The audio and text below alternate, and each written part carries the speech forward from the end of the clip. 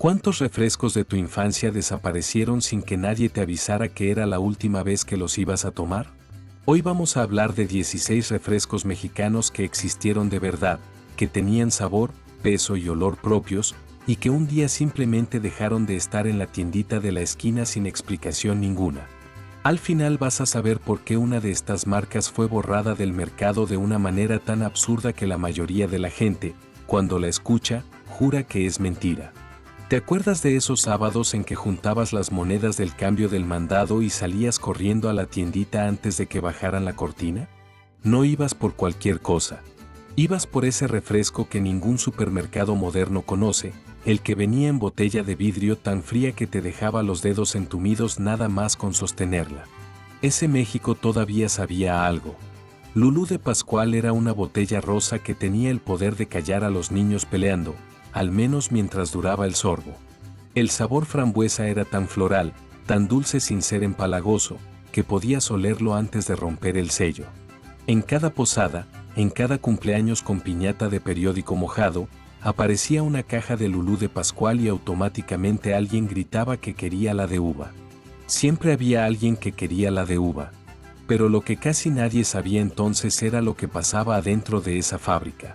En 1982, mientras los niños bebían esas botellitas en los patios de las casas, los trabajadores de Pascual llevaban meses durmiendo en el piso de la planta para evitar que los patrones cerraran la operación y se llevaran todo. Fue una de las huelgas más largas de la historia obrera de este país. Meses, no días. Meses de resistencia, de cuerpos tendidos sobre el concreto frío, de familias enteras aguantando sin sueldo porque creían que lo que defendían valía más que el miedo. La cooperativa sobrevivió. Lulú de Pascual también, técnicamente.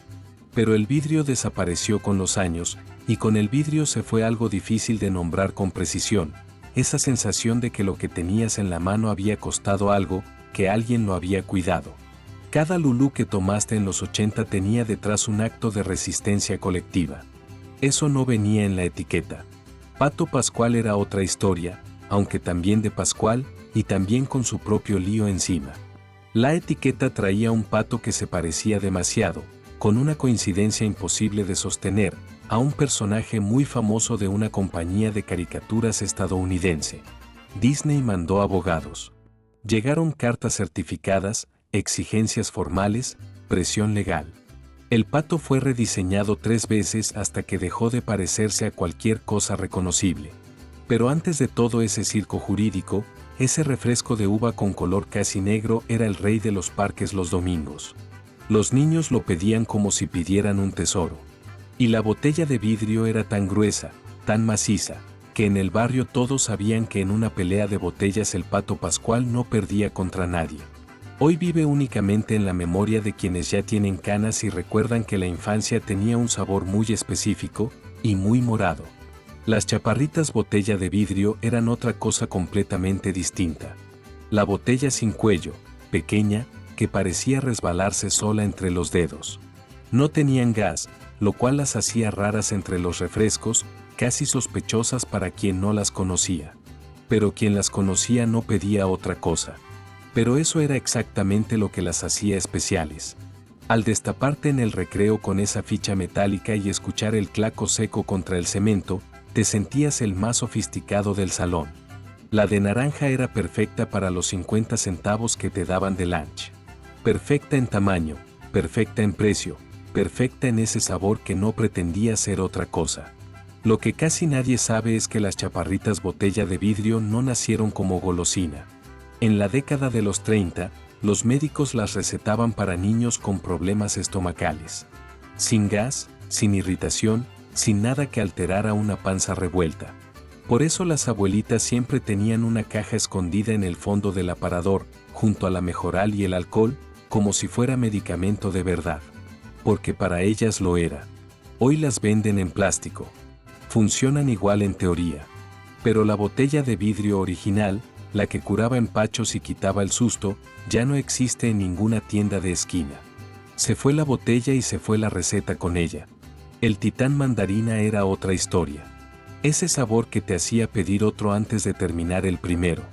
Había un aceite natural en el paladar, como si alguien hubiera exprimido la cáscara directamente adentro del envase. Al abrirlo inundaba el cuarto. En los 70 era el refresco que pedías con los tacos del viernes, 2 de canasta y un Titán mandarina, ese era el pedido estándar de medio barrio. El 19 de septiembre de 1985, el terremoto destruyó la planta embotelladora en Iztapalapa. Los dueños intentaron levantarse. Buscaron créditos, movieron contactos, llamaron a puertas que ya no se abrían. La crisis económica de 1986 les dio el golpe final. La última botella de Titán mandarina salió de la línea en marzo de 1987. Los trabajadores la guardaron. Se dice que todavía existe en algún estante de la colonia agrícola oriental, polvorienta, sin abrir, como una reliquia que nadie se atreve a tocar. Quisieron que esto se olvidara. Nosotros no lo vamos a dejar. Si quieres ayudar a que el Viejo México no se olvide, suscríbete a Secretos del Viejo México. El caballito cereza tenía un rojo tan intenso que después de tomarlo te quedaban los labios pintados como si hubieras mordido una vela. Sabía artificial, lo cual era honesto. Nadie fingía que aquello venía de una huerta. El gas era suave, casi tímido. En las ferias del pueblo, las hieleras llenas de caballito cereza eran el paisaje de agosto, el olor de la tarde cuando ya se encendían las luces de colores. En 1988, la Secretaría de Salud actualizó las normas sobre colorantes artificiales. El rojo del caballito cereza no pasó la revisión. La empresa reformuló. El color cambió. El sabor cambió. Los clientes lo notaron de inmediato y dejaron de comprarlo, sin reuniones, sin protestas, simplemente dejaron de pedir ese nombre. Las ventas se derrumbaron más de la mitad en apenas 6 meses. Los dueños decidieron que era mejor cerrar que seguir vendiendo algo que ya no era lo mismo. El rojo prohibido se llevó el sabor para siempre. Hoy la marca prácticamente no existe fuera de algunas zonas del occidente del país, y los que la recuerdan ya no encuentran palabras para explicarle a sus nietos de qué estaban hablando.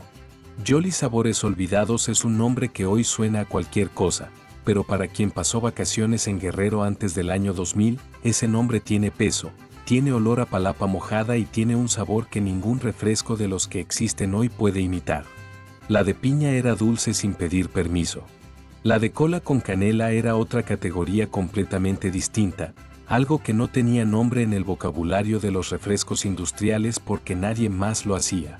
En las palapas de Acapulco no te preguntaban qué querías. Te ponían una Jolly en la mano y asunto arreglado. Era lo único que había, y era suficiente. Cuando Coca-Cola adquirió la marca en los años 90, el contrato incluía una restricción muy específica. Solo podían continuar produciendo el sabor de limón. No fue descuido. No fue falta de recursos. La Jolly-Cola de cola con canela le hacía competencia directa al producto principal de la empresa en esa región del país, y la solución más limpia no era mejorar, sino comprar y enterrar. Las últimas botellas de Jolly Piña fueron destruidas en 1994 por instrucción legal. No se descontinuaron. Se destruyeron. Hay una diferencia entre dejar de hacer algo y ordenar que lo que queda desaparezca. ¿Cuántas veces en la historia de esta industria se compró una marca no para crecer, sino para que el sabor que amenazaba no volviera a existir? Hoy solo queda el limón. Los demás sabores viven únicamente en la memoria de quien fue al puerto cuando Acapulco todavía era otro país. Barrilitos de vidrio retornable sabor ponche llegaba a las posadas con una presencia que el plástico nunca pudo replicar.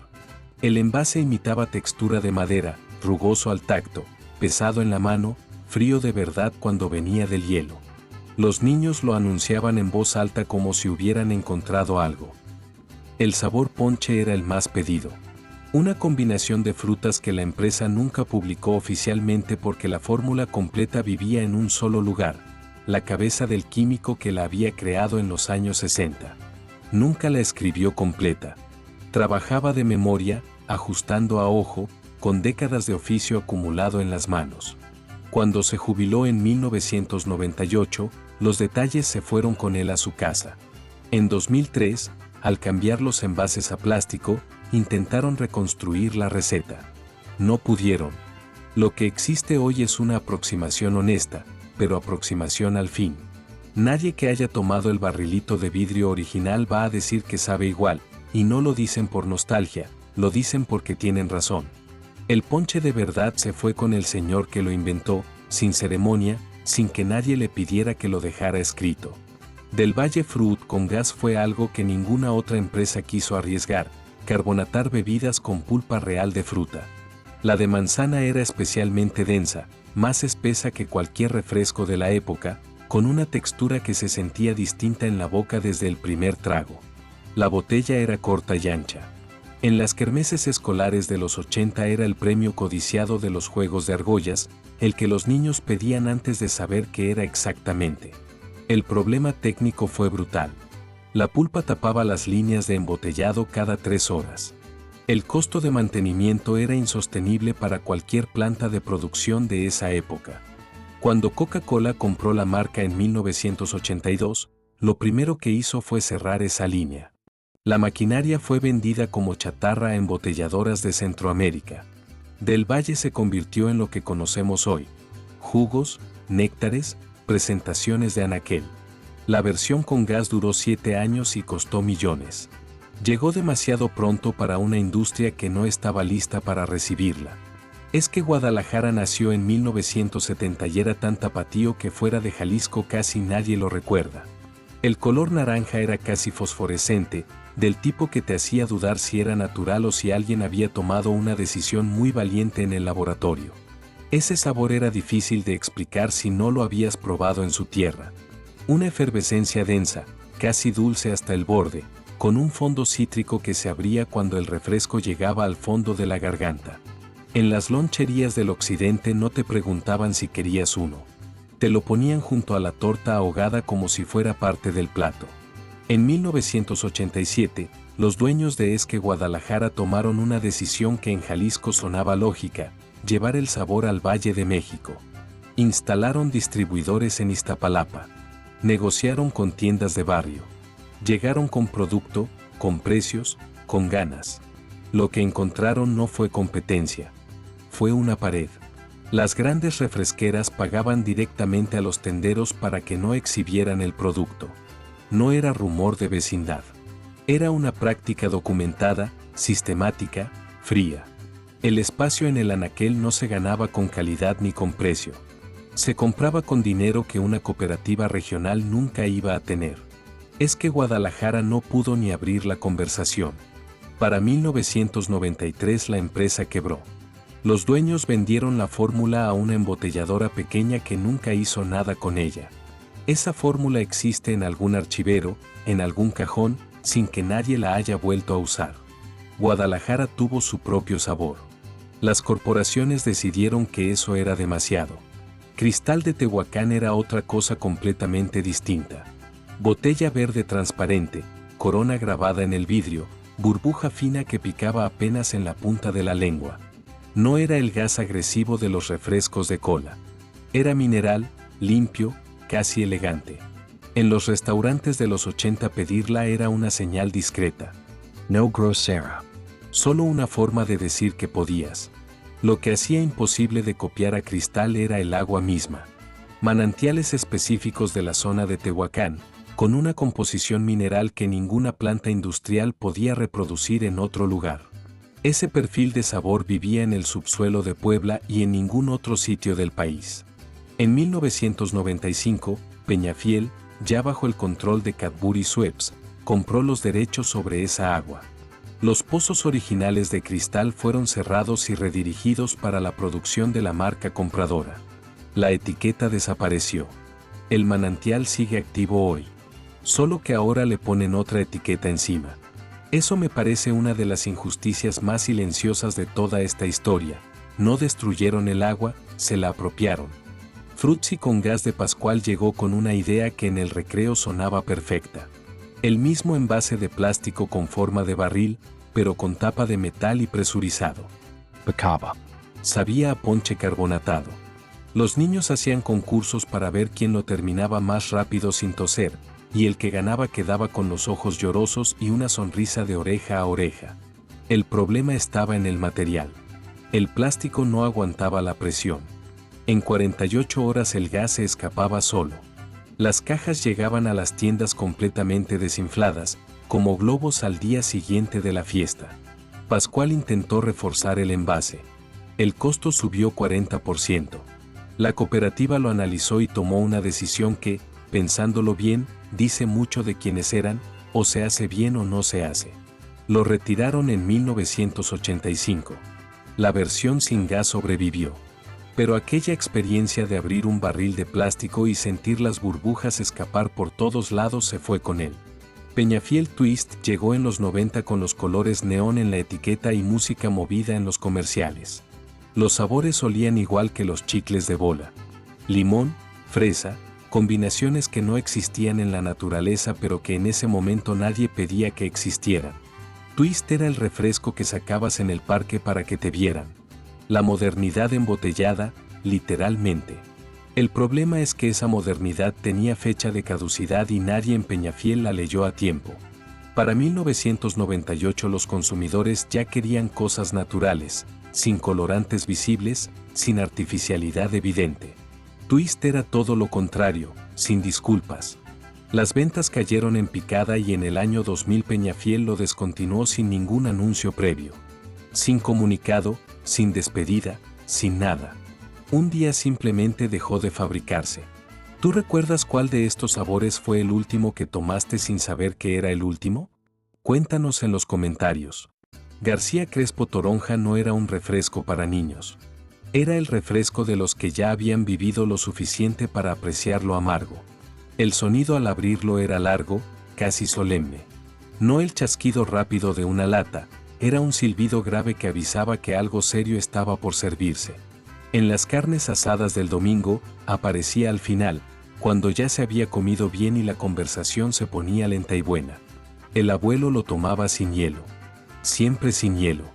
Toronja Real. Sin disculpas, sin edulcorantes que suavizaran el golpe. Los niños lo probaban porque lo veían en la mesa y querían parecerse a los grandes. La mayoría hacía cara.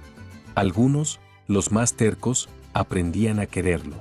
En 1989, Peñafiel compró García Crespo. Durante 5 años mantuvieron el nombre en la etiqueta, pero lo fueron achicando. Poco a poco, como quien borra una firma sin que nadie lo note de golpe. Para 1994, el logo había desaparecido por completo. El agua era la misma.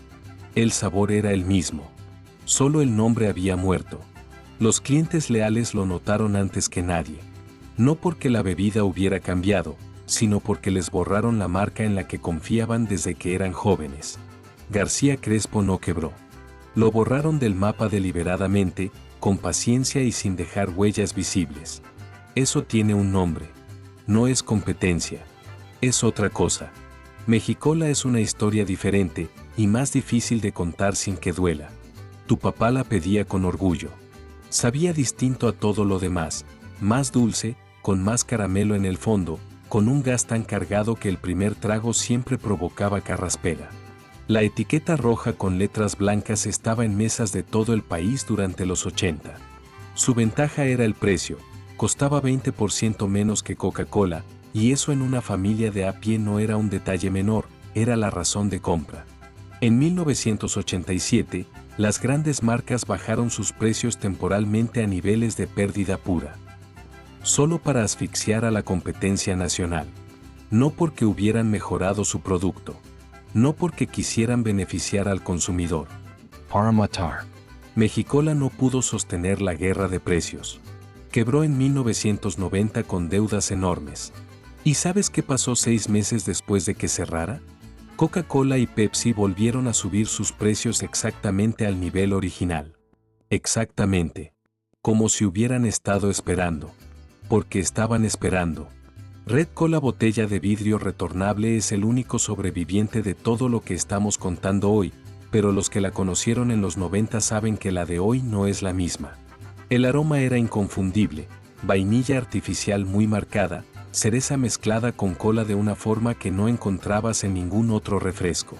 No había fiesta de 15 años en Colonia Popular sin una cubeta de Red Cola. Era el refresco de las piñatas con presupuesto ajustado pero muchas ganas de celebrar. En 2005 reformularon el producto. La empresa lo llamó una mejora. La botella de vidrio retornable tenía una densidad distinta, un dulzor más profundo, una consistencia que el plástico nunca pudo reproducir.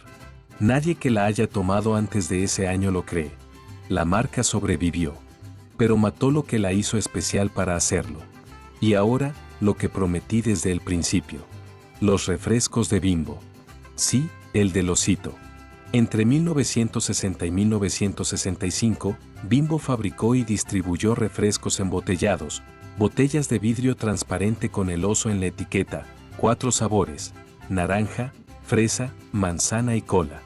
El eslogan decía que eran el acompañante ideal para tu torta Bimbo.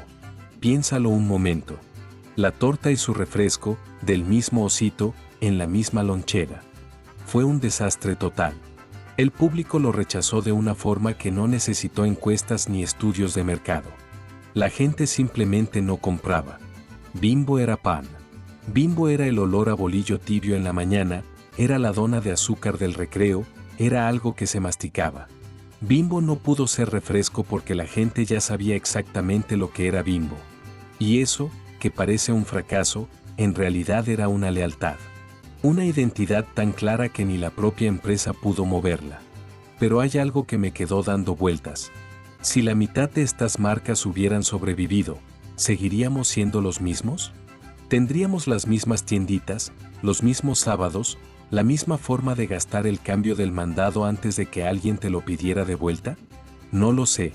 Y creo que vale la pena pensarlo en serio, no como nostalgia, sino como pregunta real sobre lo que dejamos ir sin despedirnos. Cuéntame en los comentarios, ¿cuál de estos refrescos tomaste tú? ¿O hay uno que no mencioné y que todavía te sabe en la memoria? Secretos del Viejo México existe para que nuestra historia no se olvide. Suscríbete. Lo que fuimos se mide también por lo que tomábamos cuando teníamos sed.